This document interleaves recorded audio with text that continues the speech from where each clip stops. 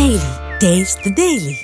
విజయవాడలో పున్నమి ఘాట్లోని boat house లో 3 రోజుల పాటు ఏర్పాటు చేసిన అమరావతి ఆవకాయ ఫెస్టివల్ నేటితో ముగియనుంది.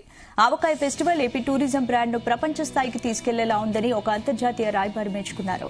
ఈ అందమైన ప్రకృతిని, అద్భుతమైన ఆతిథ్యాన్ని చూడడానికి కుటుంబం స్నేహితులతో మళ్లీ వస్తానని రాయబారి తెలిపారు. ఈ కార్యక్రమానికి అమరావతి ఆవకాయ ఫెస్టివల్ అని పేరు పెడితే సోషల్ మీడియాలో ట్రోల్స్ చేసినప్పటికీ ఒక పండుగతో ఒకవైపు టూరిజం, మరోవైపు పెట్టుబడులు ఆకర్షించేలా రూపొందించామని కూటమి నేతలు కౌంటర్ ఇస్తున్నారు.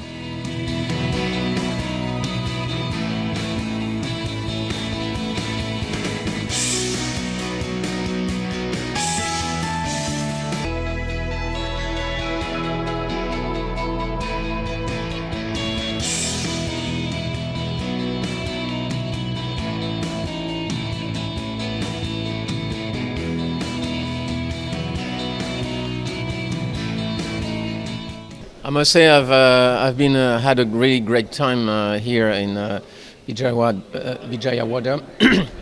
Yesterday at the Avakai festival, I had a fantastic experience of the sounds and lights and music with the CM. We had good exchanges, and this morning I had the pleasure to see and visit the handicraft, impressive handicraft, and it was all about shapes and colors.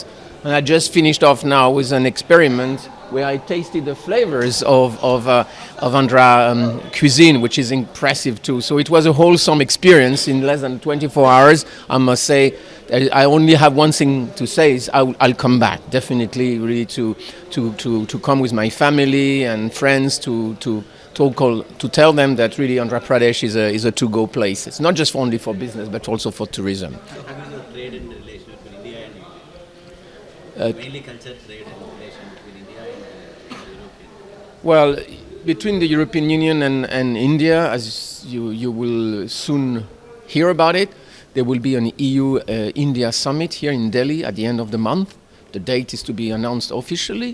So the leaders of the European Union will come, and together with Prime Minister Modi, they will sign up to a joint strategic agenda that will take our relationship to a new level. And all Indian states stand to benefit from this, because already Europe, there are 6,000 European companies in India. They generate over 3.8 million jobs directly and way more indirectly. So imagine that now we are about to sign a free trade agreement. It is bound to double. Our investment will increase, and it is all in the benefit of India and Indian peoples as much as it is in the benefit of Europe and European citizens. So it's really a win-win. So that would be really the big announcement at the end of this month. So we really look forward to a bright future for our relationship. And as I said yesterday, and we discussed with the Chief Minister, Andhra Pradesh has been really leading the pack in terms of the growth story and investment here in India.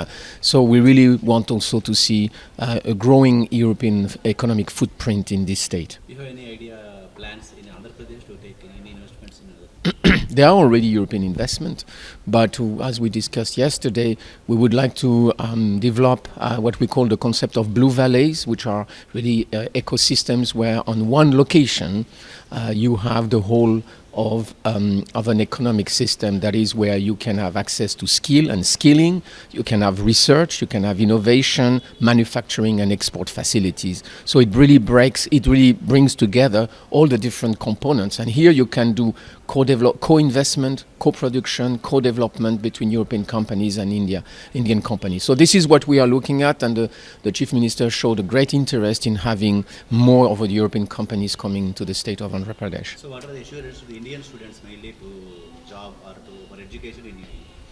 Yeah, you know that the Indian students are really the largest cohort of European exchange programs, the so-called Erasmus program, Erasmus Mundus, that brings foreign students for 2 years for master's level, and they can study in one country and they can visit 2 other countries. So they can bring back not just skills or knowledge, they learn also European languages, and this is to be seen as part of the skilling, and they can come back here year.